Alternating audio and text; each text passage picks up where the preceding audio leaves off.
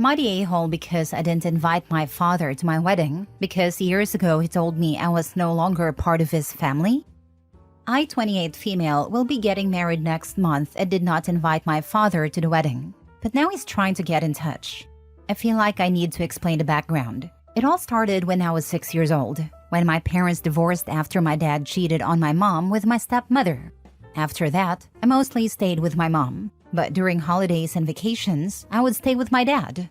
When I was 8, my half-brother Jake, now 20 male, was born. Whenever I was with my dad, I was forced to take care of him. When I started high school, I had to move in with my dad because my mom had to move abroad for work. This was one of the hardest periods of my life. My stepmother wasn't a bad person. She tried to include me in things, but she was very submissive to my father. As for my dad, he always treated me like an outsider, someone who didn't really belong. I was constantly responsible for taking care of Jake, and whenever I took my stepmother and Jake out, I was never invited. One of the most painful experiences happened when I was 14. My dad announced that the whole family was going to Disney for a vacation, but the day before the trip, he told me he wanted it to be a family moment, their first big trip with Jake, so I was left home alone. This was a pattern. Whether it was trips to the beach, the zoo, or other outings, they always went without me. My dad didn't like me going out with friends or inviting them over, saying teenagers together only cause trouble. He was controlling, calling the house phone at random times to check if I was home, and even had a trusted neighbor to keep an eye on me to make sure I didn't have visitors. By the time I turned 16, the feeling of being an outsider had only gotten worse. Everything I had experienced during vacations, the exclusion, the abandonment, became part of my daily life. Things came to a head when I turned 18. My dad got a promotion and decided to take a family trip to Europe. Since it was my last year of high school, I thought I'd finally be included. But then he told me he didn't have enough money for a trip for 4, so it would just be for Jake's 10th birthday, and I had to stay home. That's when I snapped. I told him he was being unfair and shouldn't have given me a false hope. I explained how it felt over the years, and he called me ungrateful and spoiled, saying I lived with him rent-free, which was a lie since my mom sent money for my expenses and I did all the housework because both he and my stepmother worked late. The argument escalated and he kicked me out of the house, saying I was no longer a part of the family and not even his daughter. He literally threw me out and tossed my things onto the sidewalk. Thankfully, a friend lived nearby and I stayed at her place that night. The next day, I went back to see if my dad had calmed down, but I found my things still on the sidewalk, with some even in the trash. My stepmother had kindly saved a few items for me and handed them over. After that, my dad never reached out, except to call and yell at me a month later when my mom stopped sending him money for my expenses. A few months later, I got into an engineering program in another state, where I met my now fiancé, Mark, 29 male. He was a senior and we quickly connected, realizing we had a lot in common. We started dating, graduated, and now work in the same field, although at different companies. A few months ago, Mark proposed, and I happily said yes. I have social media but rarely use it. I've had Instagram for about 6 years and haven't even posted 10 pictures. I think a relative must have told my dad about the wedding because about a month after I accepted the proposal, he reached out through Instagram, saying he was excited to help with the wedding. I was surprised, both by the message and that he thought he'd be walking me down the aisle. I responded, telling him that my stepfather would be walking me down the aisle and that the wedding would be small, just for close family. After that, I blocked him. Inspired by stories I've read on Reddit, I expected calls, messages, and letters full of insults like ungrateful or spoiled. But instead, I received a letter delivered by Jake. Yes, we're still in contact. In the letter, my father expressed how sorry he was. I won't quote the exact words, but to summarize, he said that after kicking me out, he lived life as if normal with my stepmother and Jake. But when he saw pictures of my graduation with my mom and stepfather, he began to feel regret. He wanted to talk to me, but was too proud to reach out. Now he realizes that his pride got him nowhere, and he wants to fulfill one of the plans he made when I was born, to pay for my wedding and walk me down the aisle. Honestly, I don't know what to do. I've moved on with my life, and his attempt at redemption after all these years feels a bit too convenient. Am I the a-hole for not wanting to include my dad in my wedding despite his apology? Edit. My stepfather is amazing. He always goes out of his way to include me in everything, and my stepsisters are wonderful too. When he found out that my father didn't take me to Disney, he planned a trip for the next holiday and took me, my mother, and my stepsisters. This is one of 1,000 reasons why I want him to walk me down the aisle.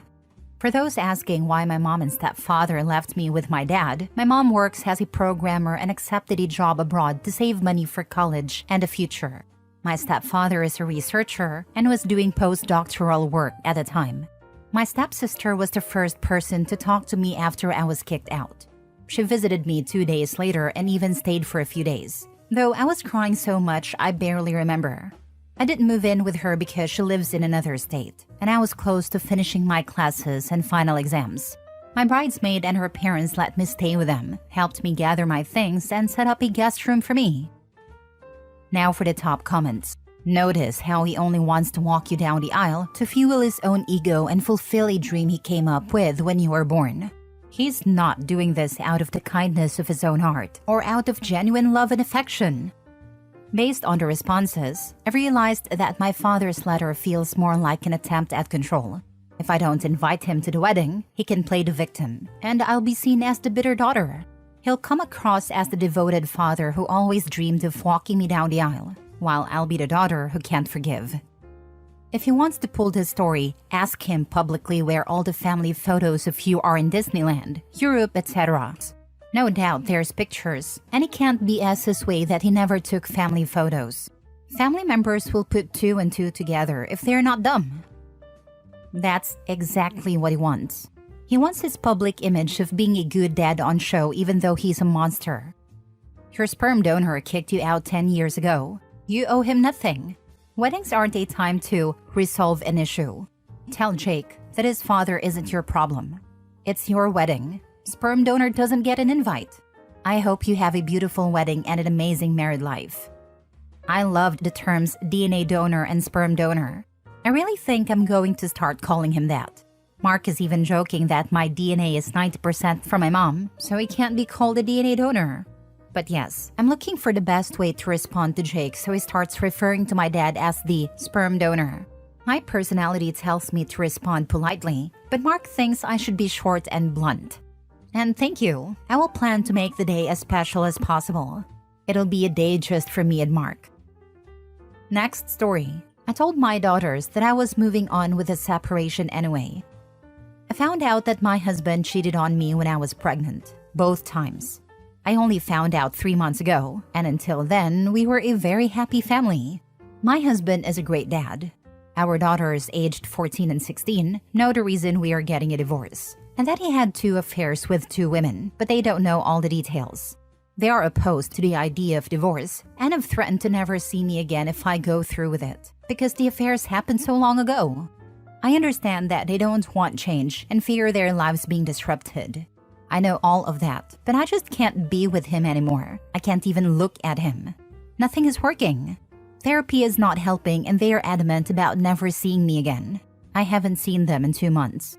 We currently rent a small studio apartment, and we alternate living at the house with the girls. One of us lives in the house while the other stays in the studio. The girls refuse to stay with me at the house during my weeks, but they stay in the studio with my husband. The therapist advised not to change the arrangement, even though I thought I should stay in the studio permanently to give them more space in the house. We bought our house in 2003, and its value has quadrupled. Because of this, we'll be able to afford 2 decent homes, even if they won't be as big and beautiful as this one. It's not like the girls will be living in bad conditions. Before all of this, they were close to both of us and loved us equally. Now, they only love him. Last week, they made it clear that if I file for divorce, they will never see me again. I told them I'm never going back to him, and they said I've made my choice, and they will never see me again. Not the a-hole. Teenagers are stubborn and they think they can force your hand. If you give in to this, you would be setting an example that it's okay to submit to abusive or unfaithful relationships if someone applies pressure. Not something girls should be learning as the norm. Tell them that in their lives, if they ever need to walk out to protect themselves, you will support them, and it's a shame they don't feel the same, but it won't change your intention to do the right thing. I'm worried about what he's saying to them when OP isn't around. When they get older, they'll get wiser and return to mom. Truth always comes out. I 100% agree. I used to think my mom was the best and didn't like my dad. But when we went to get our passports, my dad showed us a message where my mom told him that we had said we felt like he didn't love us anymore. Honestly, that was an eye-opener for me. We were just waiting in line. It wasn't even like we were inside complaining or anything. Later on, I read a divorce settlement. My dad had given my mom about 1.5 million South African rand for properties and other things. He also had to pay for the damage to her car. She had an accident with it. I think she drove it into a tree, while still paying the 1.5 million. On top of that, he has to pay 30K in child support. While I understand it, my mom has barely used any of that money on us. Maybe 2,000 ZAR for spending money, and we're 4 kids, and that's it. We hardly get new clothes. My younger sisters get more than me and my older brother. My dad even pays for new beddings 12 times a year, but we only get new beddings maybe once a year or once every 2 years. My parents divorced and my mom also cheated. Multiple times, actually.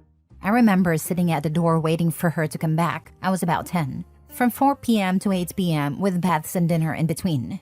It took me 7 years to really come to my senses. I wish I could get that time back with my dad. Your daughters will realize what they threw away when all you wanted to do was love them and be there for them. Next story. Am I the a-hole for telling my sister I won't raise her child after she abandoned him? I, 21 female, am in college, work part-time, and barely keeping my life together as it is. My sister, 27 female, who has always been more free-spirited than responsible, recently left her 4-year-old son with our parents and disappeared. She quit her job, packed a bag, and went on a soul-searching trip, leaving no real explanation beyond a vague text saying she needed to find herself. Now, our parents are getting older and taking care of a toddler full-time is wearing them down. They've been hinting that I should step up and help more. This has slowly turned into outright suggestions that I should take him in full-time, essentially becoming his guardian. I love my nephew, but I am not in a position to be anyone's mother right now. I have my studies, a tight budget, and no space for a child in my life. I told my parents and sister that while I can babysit here and there, I won't take full responsibility for him. I reminded them that's her child, not mine. When my sister called, I finally confronted her. I told her she needed to figure out her situation and come back for her son. She got angry, accused me of abandoning the family and said I should step up, since I'm the only one who has her life together. My parents are also upset with me. They think I'm being selfish and that I need to grow up and take on more responsibility for the sake of the family. I feel guilty, but at the same time, it's not like I chose to have a child. Am I the a-hole for standing my ground and refusing to become a full-time parent to my nephew? Should I just sacrifice my current life to help my family? Now for the comment. She got angry, accused me of abandoning family. Oh, that's rich. You're the one who's abandoning family? Tell her to look in the mirror. Not the a-hole. I feel so bad for the children in these situations. Please tell her to get her tubes tied so that she doesn't have any more free-spirit pregnancies. That's what I choked on too. Girl, I just needed to read the first paragraph. Absolutely not. Not the a-hole. Taking a responsibility your sister doesn't know how to handle will just push you back. Don't even think on doing that. Keep studying, keep working, and keep doing the best you can. I know the kid might struggle, but if you take care of him, it'll be just 2 people struggling and nobody's gonna be fine. Do the best for yourself. Ignore the rest. Sounds like she picked a winner for a baby daddy if she couldn't dump the kid on his family. Who are we kidding? Her parents are easier and they understand her need to be a free spirit and to find herself. His parents might have just told her to grow the heck up after all. I have a feeling that the sister may not even know who the father is honestly. Being a free spirit, she probably didn't have any exclusive relationships. I could be wrong, but that's the vibe I get from this. Last story. Am I the a-hole for telling my sister that her child isn't special and we don't have to plan every family gathering around him? I'm 27 and my sister is a few years older with a 2-year-old son. Ever since she had her child, everything in our family seems to revolve around him. I get that she's excited as a new mom and that her life has changed, but it's really starting to get on my nerves. Every single family gathering is planned solely around her child. If we're organizing a holiday, it has to fit his nap schedule. If we choose a location, it has to be kid-friendly. The food, it always has to include something safe for him, even if the rest of us would prefer something else. I can't even have normal conversations with my family anymore because they always end up turning into discussions about her kid, what he did, how he acted, how the doctor's appointment went, or what new word he learned. Every story my sister tells seems to conclude with the idea that her son is the most amazing, extraordinary child ever. I'm happy for her, but it feels like everyone else in the family has become background noise in her child-centered show. A few days ago, I suggested we all go out for dinner one evening at a restaurant so we could finally have some adult time. Just relax and talk, without constantly worrying about her son's needs. My sister immediately shut it down, saying it didn't fit with her son's schedule because his bedtime routine includes a bath, dinner, and then sleep. This wasn't the first time plans got rejected for that reason, but this time I decided to speak up. I told her that her child isn't the center of the universe, and that we don't need to plan every single family gathering around his schedule. I suggested that maybe she could come to just one event on her own and leave the child with her husband or a babysitter so we could enjoy some time without any limitations. She flipped out. She said I was heartless, that I don't understand how hard it is to be a mother, and that I'm an ungrateful sibling who doesn't appreciate her sacrifices. She claimed I treat her child like a burden when, for her, he's the most important person in her life. Since then, we haven't spoken, and now my parents are saying I went too far and that I should apologize because being a parent is a huge responsibility, and my sister has every right to expect support. On one hand, I understand that her child is her priority, but on the other hand, I feel like this has gone too far, and that as a family, we shouldn't constantly have to give up our plans and enjoyment just because her kid has a schedule. Am I really the a-hole for wanting to occasionally have a normal family gathering without always catering to the needs of a toddler? Am I the a-hole? What you should have done is say, "Oh, so sorry you can't make it. We will miss you." And everyone else carried on with the plans. I agree every single plan should not be dependent on a baby's schedule. Not every single time. Great idea. Thanks a lot. Info: which members of your family are advocating for child-free events other than you? As someone who regularly wants child-free time, this is the real issue. Go out with your friends if you want to avoid your nephew. He is part of your family now, and so will be at family gatherings.